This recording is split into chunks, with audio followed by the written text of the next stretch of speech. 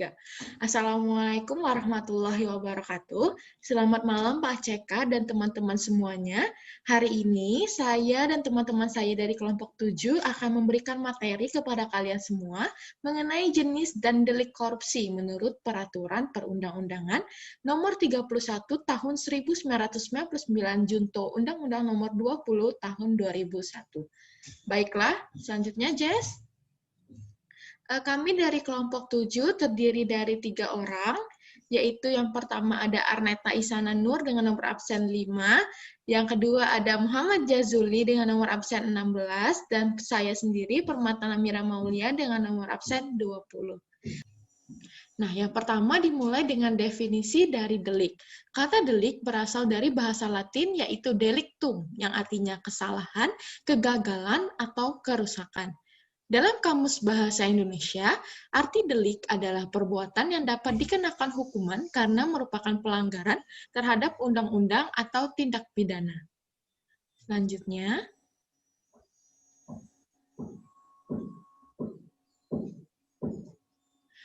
delik tindak pidana korupsi ada 30 bentuk atau jenis yang dirumuskan ke dalam 13 pasal dalam Undang-Undang Nomor 31 Tahun 1999, Junto Undang-Undang Nomor 20 Tahun 2001.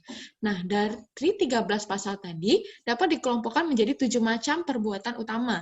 Yang pertama ada merugikan keuangan negara, yang kedua ada penggelapan dalam jabatan, yang ketiga ada suap menyuap, yang keempat ada benturan kepentingan dalam pengadaan, yang kelima ada perbuatan curang, yang keenam ada perbuatan pemerasan, dan yang ketujuh ada gratifikasi. Mari kita mulai bahas satu persatu, dimulai dari merugikan keuangan negara. Untuk merugikan keuangan negara terdapat dalam pasal 2 ayat 1 dan pasal 3 Undang-Undang Nomor 31 Tahun 1999 Junto Undang-Undang Nomor 20 Tahun 2001. Selanjutnya, dalam pasal 2, setiap orang yang melawan hukum melakukan perbuatan memperkaya diri sendiri atau orang lain atau suatu korporasi yang dapat merugikan keuangan negara atau perekonomian negara akan dipidana penjara dengan seumur hidup atau paling singkat 4 tahun dan paling lama 20 tahun dengan denda paling sedikit 200 juta dan paling banyak 1 miliar rupiah. Unsur-unsur dari merugikan keuangan negara menurut pasal 2 ini ada setiap orang melawan hukum, melakukan perbuatan, memperkaya diri sendiri, orang lain, atau korporasi, dan merugikan keuangan negara atau perekonomian negara. Contoh kasusnya adalah Heri Lo, tersangka kasus UPS di Bareskrim. Selanjutnya,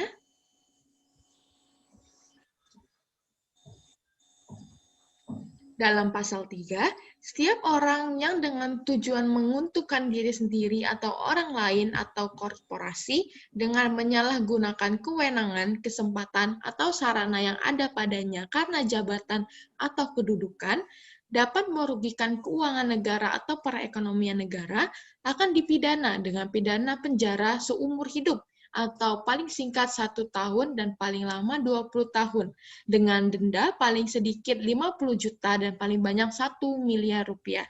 Unsur-unsur dari merugikan negara menurut pasal 3, yaitu setiap orang dengan tujuan menguntungkan diri sendiri, orang lain, atau korporasi, menyalahgunakan kewenangan, kesempatan, atau sarana yang ada padanya karena jabatan dan kedudukan yang dapat merugikan keuangan negara atau perekonomian. Selanjutnya,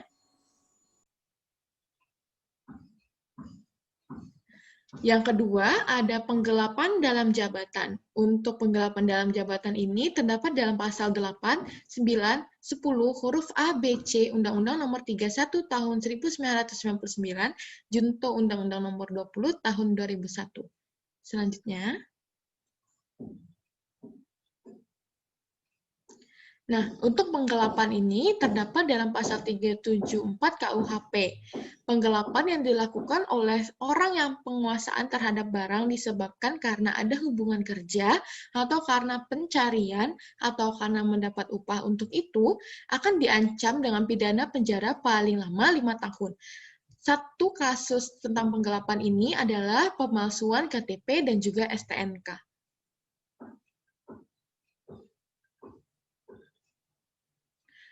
Untuk dalam pasal 8, pengertian dari penggelapan tadi adalah pegawai negeri atau orang lain selain pegawai negeri yang ditugaskan menjalankan suatu jabatan umum secara terus-menerus atau untuk sementara waktu sengaja menggelapkan uang atau surat berharga yang disimpan karena jabatannya, atau membiarkan uang atau surat berharga itu diambil atau digelapkan oleh orang lain, dan atau membantu dalam melakukan perbuatan mengambil atau menggelapkan uang atau surat berharga tersebut.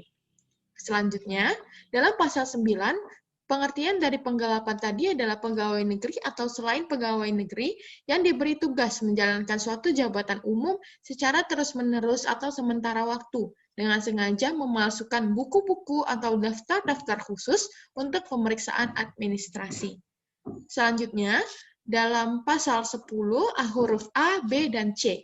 Untuk huruf A, pegawai negeri atau orang selain pegawai negeri yang diberi tugas menjalankan suatu jabatan umum secara terus-menerus atau sementara waktu, menggelapkan, menghancurkan, merusakkan, atau membuat tidak dapat dipakai atas barang, akta, surat, atau daftar yang digunakan untuk meyakinkan atau membuktikan di muka pejabat yang berwenang yang dikuasai karena jabatannya. Untuk penggelapan pada pasal 10 huruf B, pegawai negeri atau orang selain pegawai negeri yang diberi tugas menjalankan suatu jabatan umum secara terus-menerus atau sementara waktu, membiarkan orang lain menghilangkan, menghancurkan, merusakkan, atau membuat tidak dapat dipakai atas barang, akta, surat, atau daftar. Nah, untuk pasal 10 huruf C, pengertiannya tadi adalah pegawai negeri atau orang selain pegawai negeri yang diberi tugas menjalankan suatu jabatan umum secara terus-menerus atau sementara waktu, membantu orang lain menghancurkan, menghilangkan, merusakkan, atau membuat tidak dapat dipakai barang, akta, surat, atau daftar. Selanjutnya ada delik mengenai penyuapan akan dilanjutkan oleh teman saya Jazuli. Kepada Jazuli, saya persilahkan. Selanjutnya kita masuk ke poin yang ketiga, ada delik pemberian sesuatu atau janji atau kepada pegawai negeri atau penyelenggara negara dalam kurung penyuapan yang tercantum dalam pasal 5, 6, 11, 12, 13 Undang-Undang Nomor 31 Tahun 1999 junto Undang-Undang Nomor 20 Tahun 2001. Kita mulai dari definisi penyuapan. Penyuapan merupakan istilah yang dituangkan dalam undang-undang sebagai suatu hadiah atau janji dalam kurung gift atau below yang diberikan atau diterima, meliputi penyuapan aktif maupun penyuapan pasif. Ada 3 unsur yang esensial dari delik suap, yaitu 1. Menerima hadiah atau janji, 2. Berkaitan dengan kekuasaan yang melekat pada jabatan, dan yang ketiga bertentangan dengan kewajiban atau tugasnya.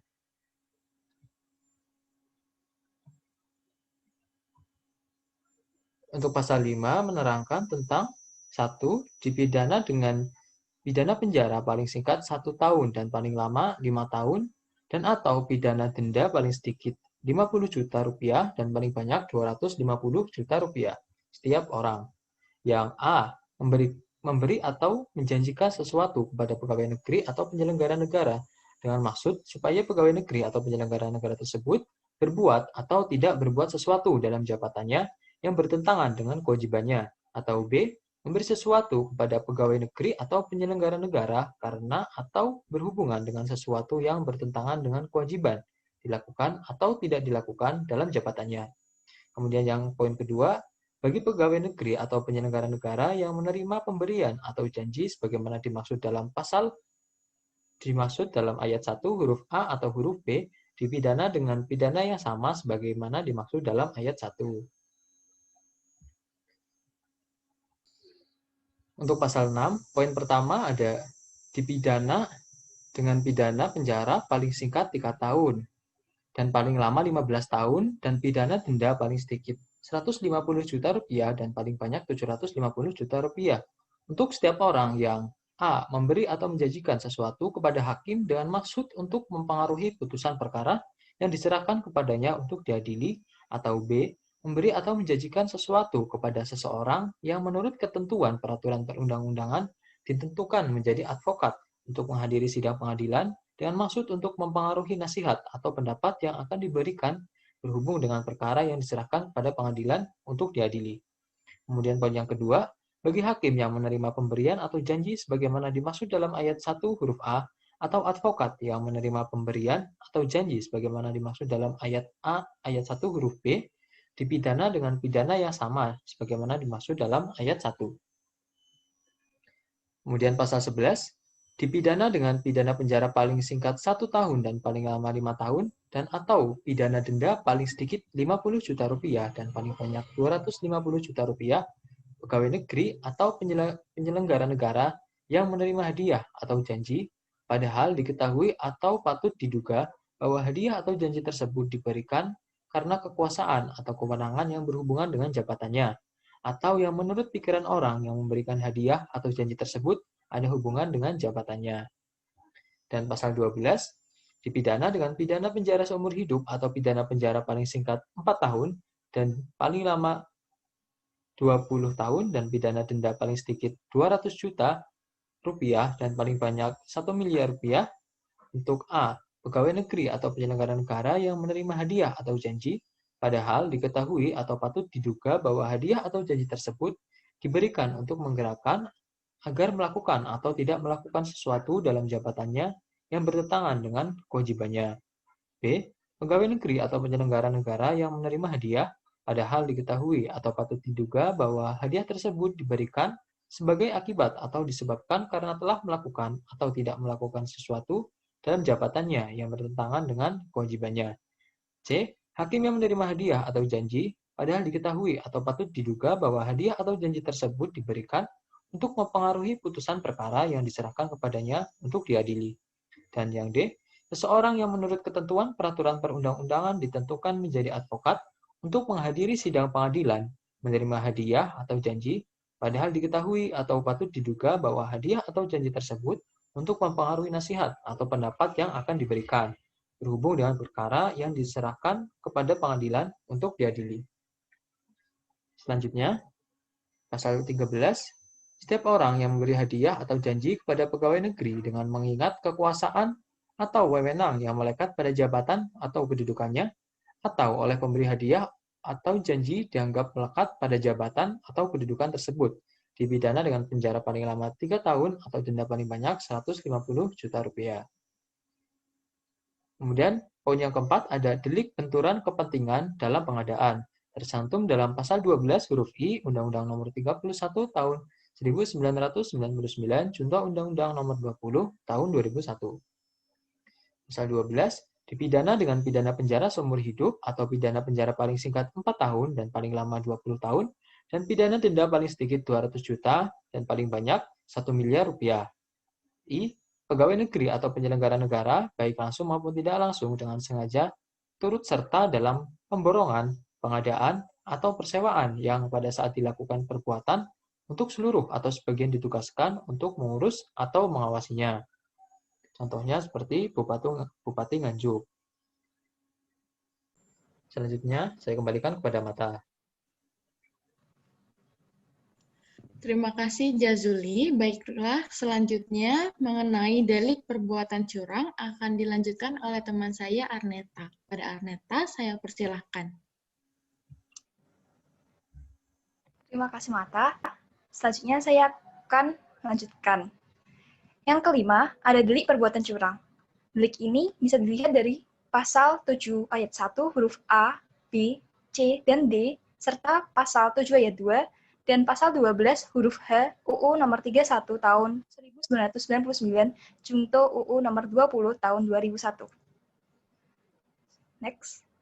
Ketentuan hukuman pidana dari delik ini dimuat di pasal 7 ayat 1, yaitu orang yang melanggar akan mendapat pidana penjara paling singkat 2 tahun dan paling lama 7 tahun, dan atau pidana denda paling sedikit 100 juta rupiah dan paling banyak 350 juta rupiah.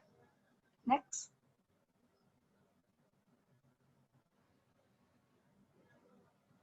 Selanjutnya pada pasal 7 ayat 1 huruf A, dijelaskan bahwa yang termasuk pemborong berbuat curang adalah pemborong ahli bangunan atau penjual bahan bangunan yang melakukan perbuatan curang pada waktu membuat bangunan atau menyerahkan bahan bangunan yang dapat membahayakan keamanan orang atau barang, atau keselamatan negara dalam keadaan perang.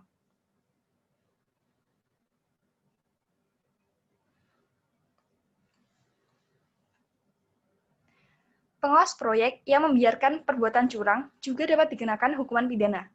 Hal ini disebutkan di pasal 7 ayat 1 huruf B, yaitu setiap orang yang bertugas mengawasi pembangunan atau penyerahan bahan bangunan yang dengan sengaja membiarkan perbuatan curang sebagaimana dimaksud dalam huruf A.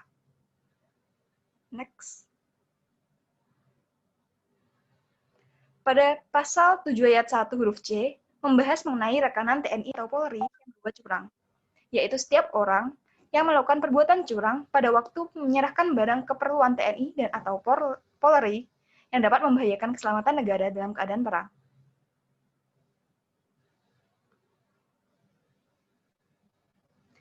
Dan yang terakhir, pasal 7 ayat 1 huruf D membahas mengenai pengawas rekanan TNI atau Polri yang membiarkan perbuatan curang, yaitu setiap orang yang bertugas mengawasi penyerahan barang keperluan TNI dan atau Polri yang dengan sengaja membiarkan perbuatan curang sebagaimana dimaksud pasal 7 ayat 1 huruf C.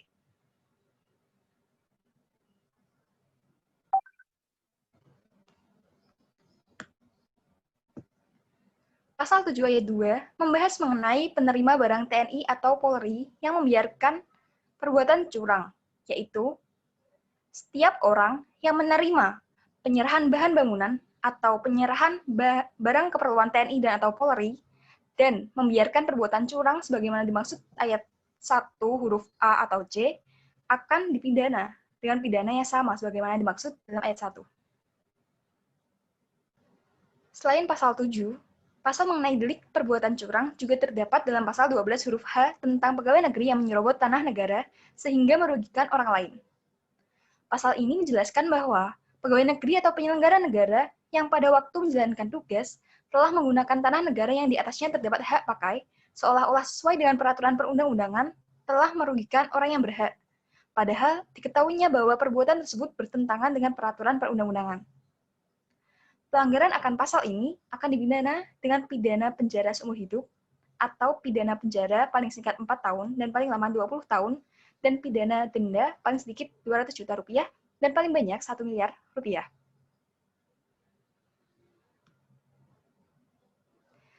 Jenis keenam dari korupsi ini adalah delik pemerasan.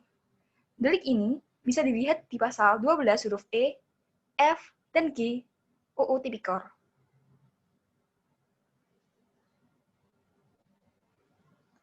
Dijelaskan pada pasal 12 huruf E, yang termasuk ke dalam pegawai negeri yang melakukan pemerasan adalah pegawai negeri atau penyelenggara negara yang dengan maksud menguntungkan diri sendiri atau orang lain secara melawan hukum atau dengan menyalahgunakan kekuasaannya memaksa seseorang memberikan sesuatu, membayar, atau menerima pembayaran dengan potongan atau untuk mengerjakan sesuatu bagi dirinya sendiri.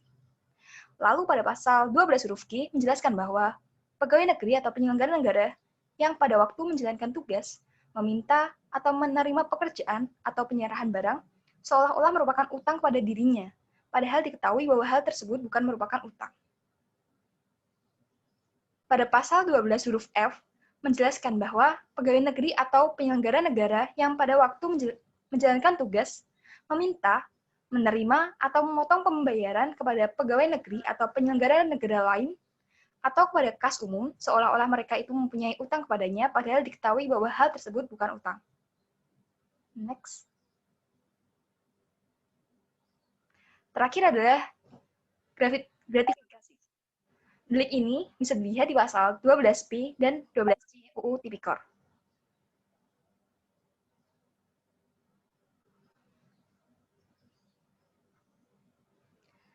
Pertama, saya akan membahas mengenai definisi gratifikasi.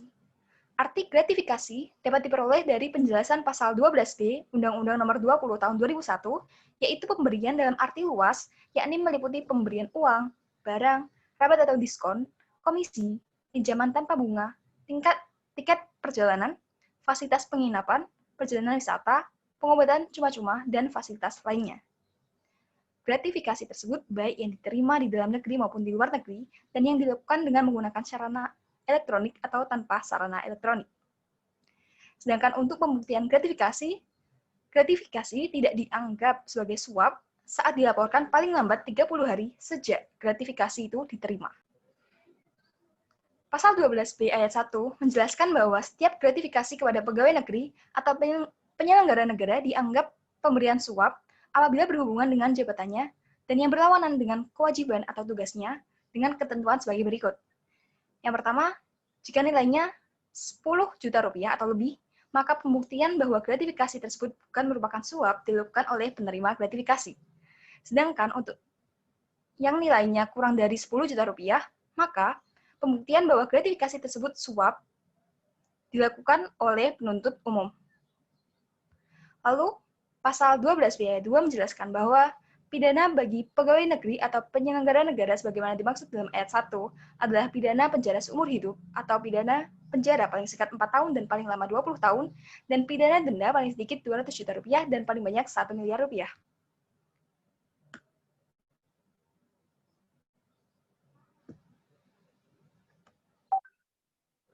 Pasal 12C ini terdiri atas 4 ayat. Yang pertama, ketentuan sebagaimana dimaksud dalam pasal 12B ayat 1 tidak berlaku jika penerima melaporkan gratifikasi yang diterimanya kepada Komisi Pemberantasan Tindak Pidana Korupsi. Yang kedua, penyampaian laporan sebagaimana dimaksud dalam ayat 1 wajib dilakukan oleh penerima gratifikasi paling lambat 30 hari sejak terhitung sejak tanggal gratifikasi tersebut diterima. Yang ketiga, Komisi Pemberantasan Tindak Pidana Korupsi dalam waktu paling lambat 30 hari kerja sejak tanggal menerima laporan wajib menetapkan gratifikasi dapat menjadi milik penerima atau milik negara.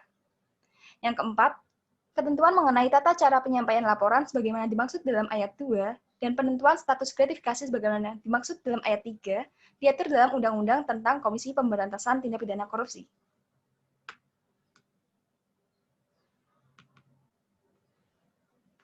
Selanjutnya saya kembalikan ke Mata. Terima kasih Arneta untuk pemaparan materi kita sudah selesai hari ini mengenai Undang-Undang Nomor 31 Tahun 1999 junto Undang-Undang Nomor 20 Tahun 2001.